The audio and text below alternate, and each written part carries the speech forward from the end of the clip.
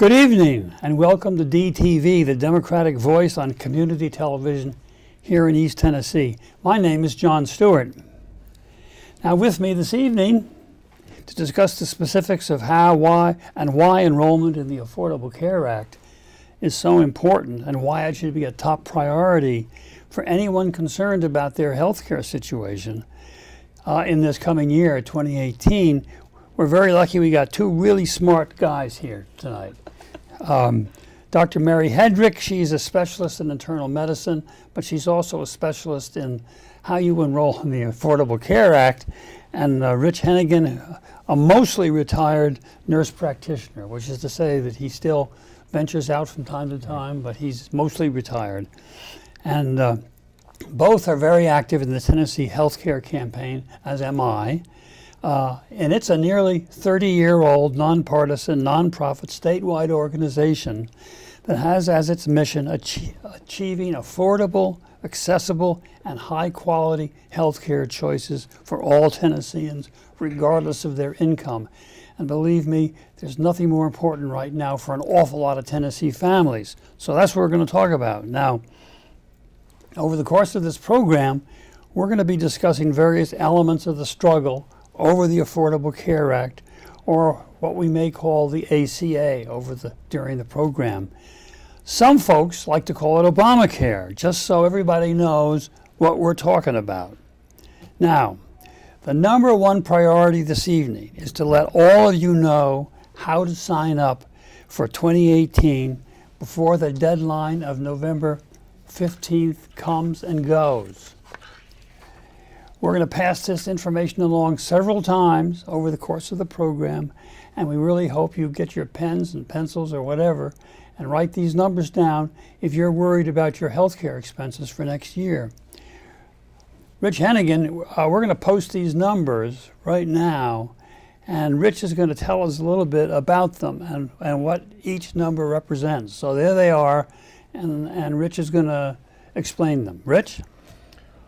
Well, as you can see, we have three rows on the screen right now, and the top row is a Tennessee number. It's a toll-free number.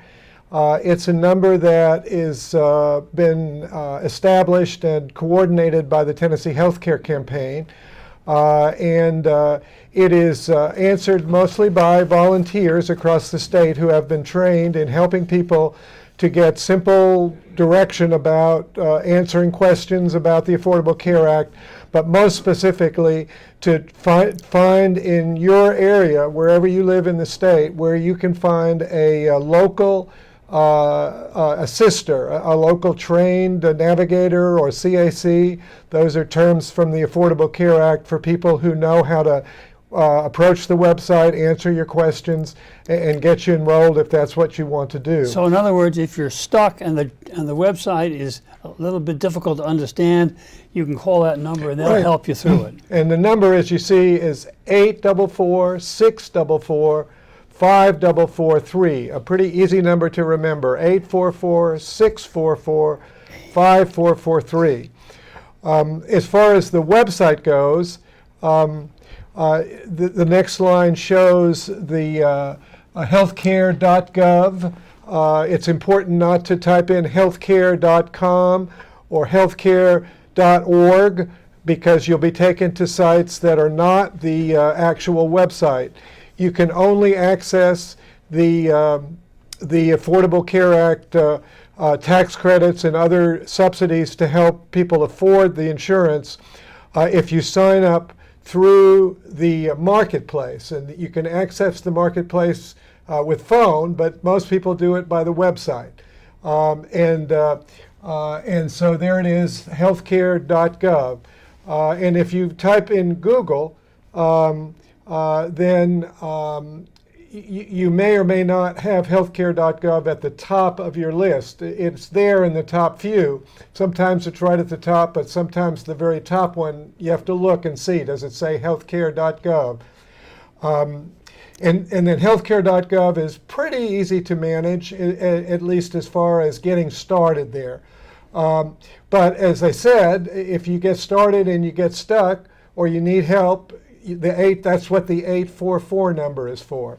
Now, you can also call the marketplace, and that number is 1-800-318-2596. So that's also a toll-free number, and you will get a person at that.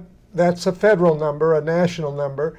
And so you'll get someone there who can answer a particular question, or if you want to enroll, you can do the whole application online.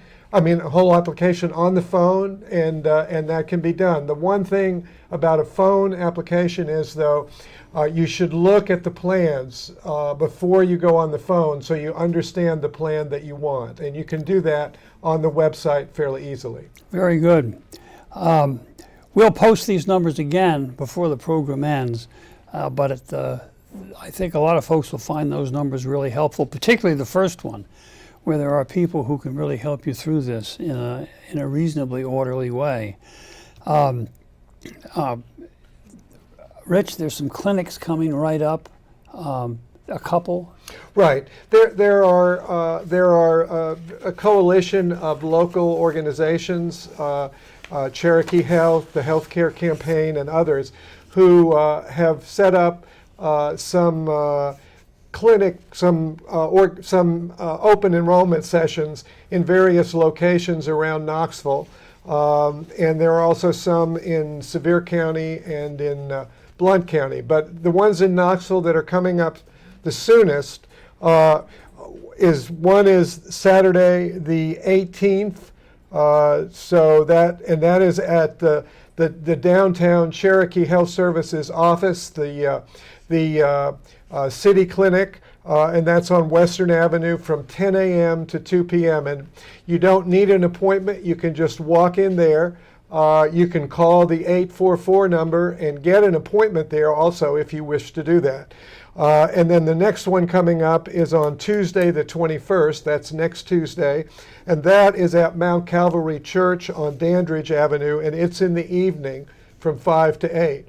And you can also go on Mayor Rojero's website, the Office of the Mayor website on the city's webpage, and she has a list there of all of the events coming up, when and where, and you can pick some of the later ones. As John said earlier, the open enrollment period ends on December the 15th. It's much shorter than it's been in previous years.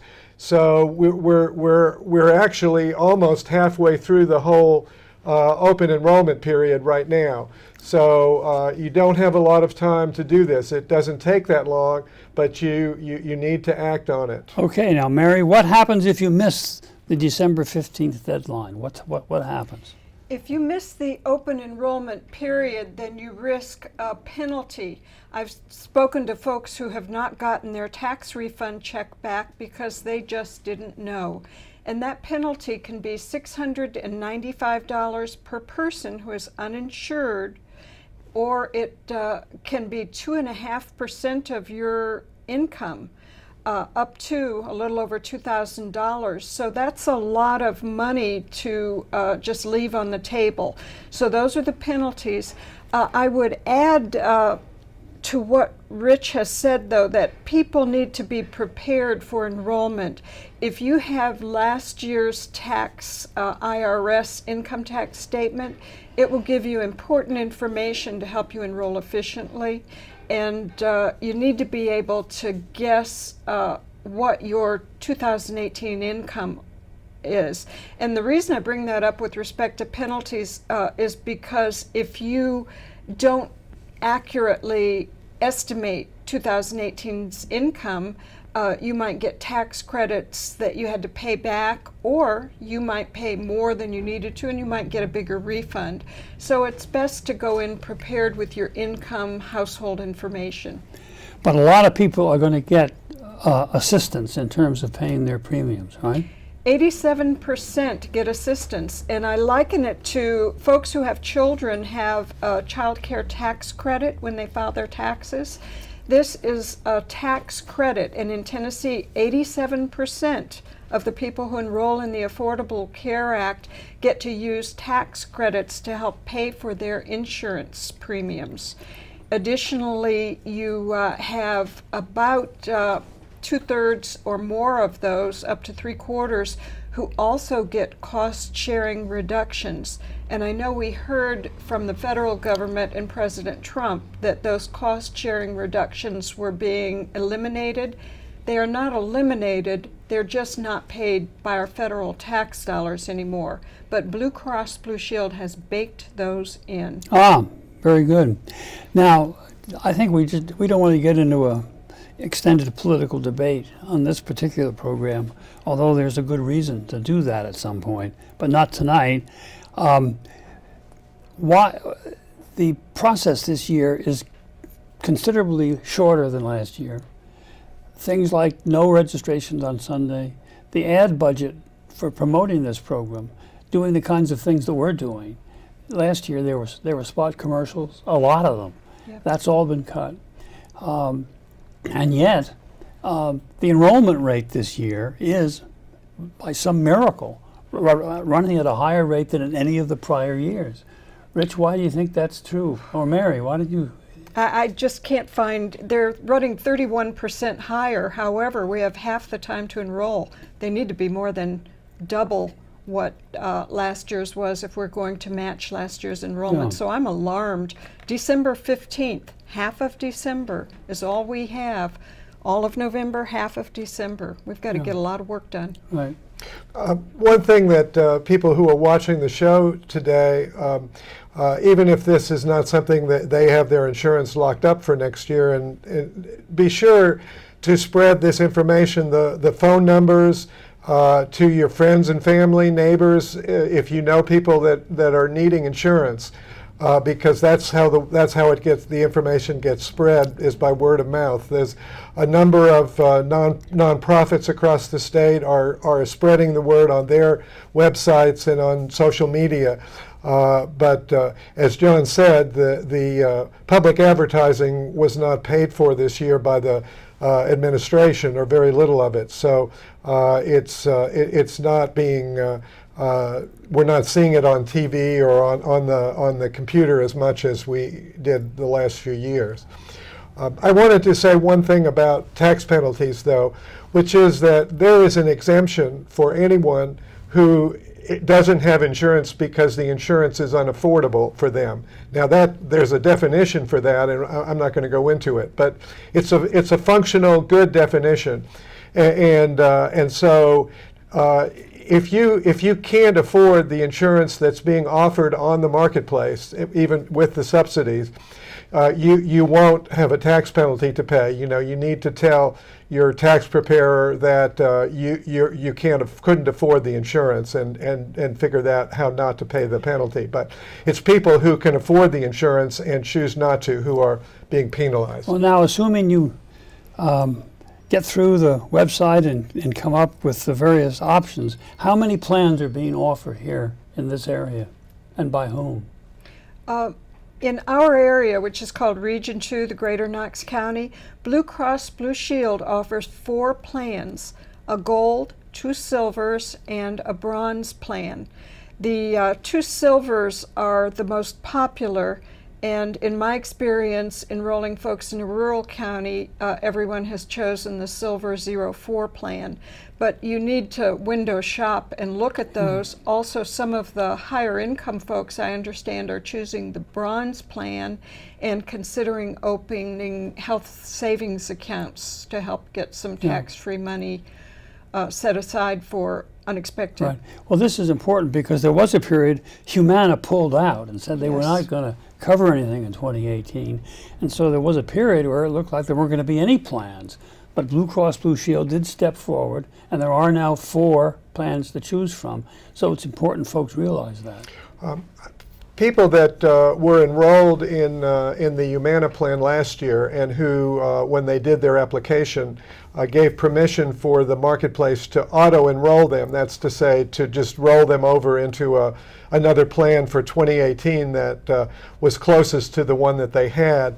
It's my impression that Blue Cross Blue Shield has sent letters out to, if not all, almost all of those people. And so maybe you got one of those letters and read it and saw that you had been enrolled into a plan and you thought that was a good plan. And it's still important to go call the 844 number or go online and window shop and look at all of the 4 plans that Blue Cross has. You can go to the healthcare.gov website, or you could even call Blue Cross up and they could probably tell you the differences in the plans.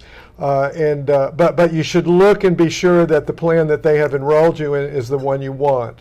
In most cases that I've seen in helping people enroll, it has been, but there have been a couple where it hasn't.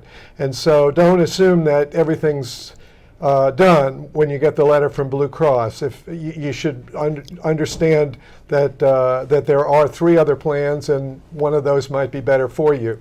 And the other thing is, if your income has changed dramatically, if it's gone up or gone down significantly, by thousands of dollars since last year, then you need to go back to the marketplace and calculate your subsidies again, because that is what you will be held accountable for, is what you've actually earned in 2018 when you have to reconcile with the tax man in 2019, and so you want to be sure they have your current income for 2018, not what you had last year. Well, despite all the political wrangling this past year, and there has been a great deal of it, the Affordable Care Act is still up and running. It's still alive. The fact that enrollment is, while there is a lot to do, enrollment is running very well so far. It says to me that people care about health care and they're anxious to take advantage of the opportunities presented by the ACA. And so we hope that the political wrangling has not turned off anybody who could benefit from these plans. That would really be a terrible loss, because they're out there. They're good plans, and we encourage you to pursue them. Mary, let's put those numbers up again, okay? And just very quickly now, just tell us what they're all about. If you need help or just have questions or want to make an appointment to begin an application or enroll, it's 844-644-5443. That is toll-free, and that's manned by trained volunteers. There's no cost. It's free help. The second is the website, healthcare.gov, spelled G-O-V. That is where you can go and window shop or enroll yourself if you've got good internet and comfortable with using your internet. And so that's healthcare.gov. Lots of good information, and they have what they call FAQs, FAQs, answer to frequently asked questions. The third number is the number that you can use if you don't want to do it online. You just don't have good internet skills. You can simply call 1-800-318-2596, and you can enroll over the telephone, but be prepared with your information about income and Social Security numbers and how many dependents are in your household. And I want to remind everyone how nice librarians are, and also to assure you that the folks at that 800 number are really nice, as well as the 844. So don't be intimidated. These folks are gracious, well-mannered, and very helpful. So ask your local librarian if you don't know anyone else or want to take a tepid first step into the water. So try it. You'll like it. Yes. That's right. Yeah. Now, just to change the subject just a little bit, because I think folks are getting the message that about enrollment. But the battle over health care is by no means over in Congress. By no means. And one thing that's of particular interest, I think, to folks here is that Senator Lamar Alexander, our senator, has been working with a Democrat, Washington State Senator Patty Murray, to stabilize the Affordable Care Act as a way to control the rate increases, to stabilize the markets, and keep the ACA viable through at least 2018. Do the two of you want to just take a minute and just say what Lamar and Patty Murray have been up to? I can't give you the details on that. I can just tell you that I trust the two of them to do what they think is politically doable, representing their respective parties. I know they're talking about some things being offered outside of just the state and some association plans, and also some allowance for having a catastrophic plan that meets. Right now, someone who is under 30 years old can meet the mandate with a catastrophic plan, and they're talking about extending that to other individuals. So they have a variety of things to offer, but again, this is making sausage when you get all the amendments actually on the bill. Well, I think I would just add that there has been a concerted effort to derail this effort. Yes. And yet it is still alive. Viable. It may be on life support, but it is still alive. And so if folks are interested in doing this sort of thing, I would encourage our viewers strongly to just simply call Alexander's office, Yes. either here in Washington or here at his local offices, and just thank him for pushing this and tell him to hang in there, Absolutely. that we're counting on him. He is the chairman of the Senate Health Committee. So he is in a very important spot to work on this. Now, there's yet another challenge that has come up, and I hesitate to get into it because it is awfully complicated, but it just shows, again, the battle is not over. And the Trump administration has been looking at other ways, for reasons that totally escape me, to deny people health insurance by killing the ACA. They are going to fund part of their tax cut through cuts in Medicaid and Medicare. And so everybody who's watching this either has insurance through their workplace or through the market, or they're on Medicare, as I am, and then many are on Medicaid, which in Tennessee is TennCare. So there are, I'm sure, TennCare viewers. All of that is now in jeopardy, and it's a serious situation.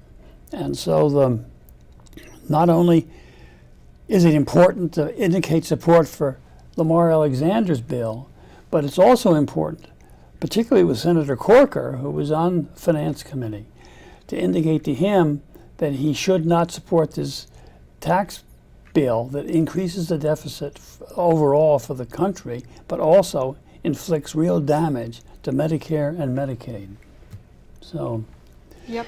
it's I think that the effort by Senator Murray and Senator Alexander as a bipartisan effort to solve some specific problems and move ahead is very commendable. I think that almost the great majority of Americans feel that's the way forward, and I think they both deserve credit. And since we're Tennesseans, we should be thanking him for that and encouraging him to move forward with a bipartisan type approach to solving problems, not disruptions and sort of side effects of other things that cause a great deal of disruption.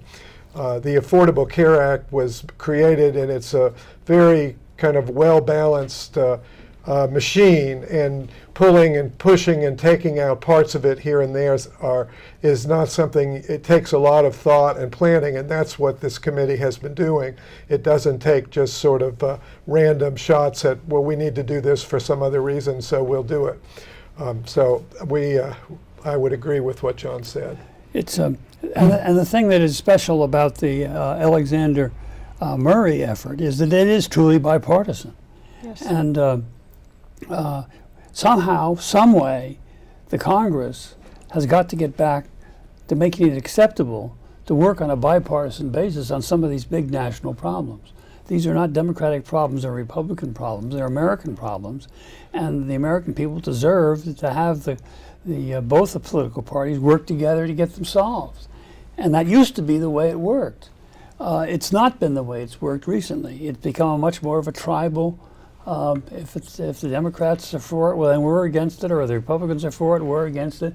And the fact that Alexander and Murray decided that, okay, we're going to sit down.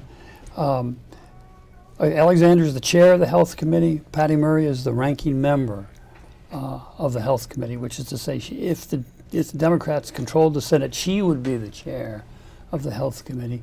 They say, we're going to work together, and we're going to figure out a solution that we both can live with. And I say 3 cheers for them. Yes. We are running out of time, as we always do, but just a couple of minutes we got to, is there anything that could be said about the particular situation here in Tennessee?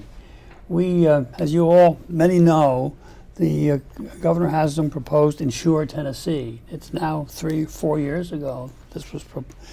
It did not see the light of day. The legislature never seriously considered it. It meant that 300,000 Tennesseans who fall in between TennCare and the health care exchanges were without insurance and couldn't get insurance, no matter how hard they tried.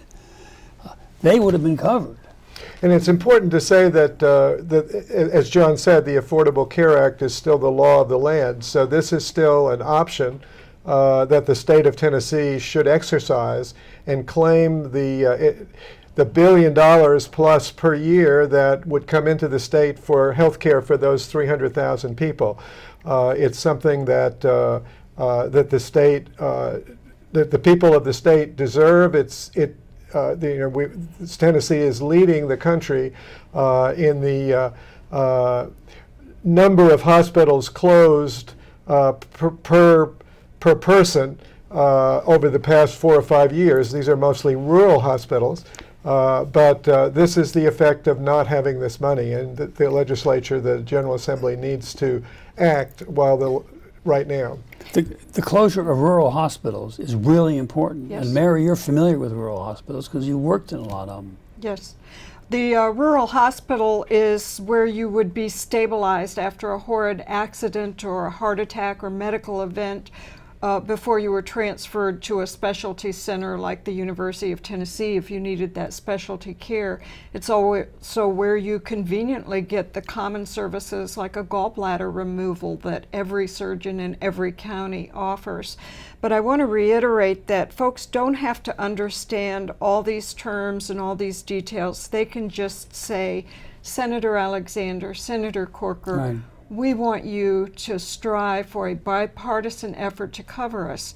And here in Tennessee, because we did not expand Medicaid, childless adults who live under the poverty level cannot get on the Affordable Care Act. They simply cannot afford it. So we've left them out. And I think that's cruel and not good policy. Healthcare is good for our community.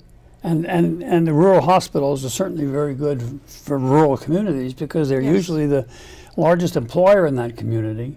And if they hope to build a viable economic base, it's essential that there be a hospital in that community.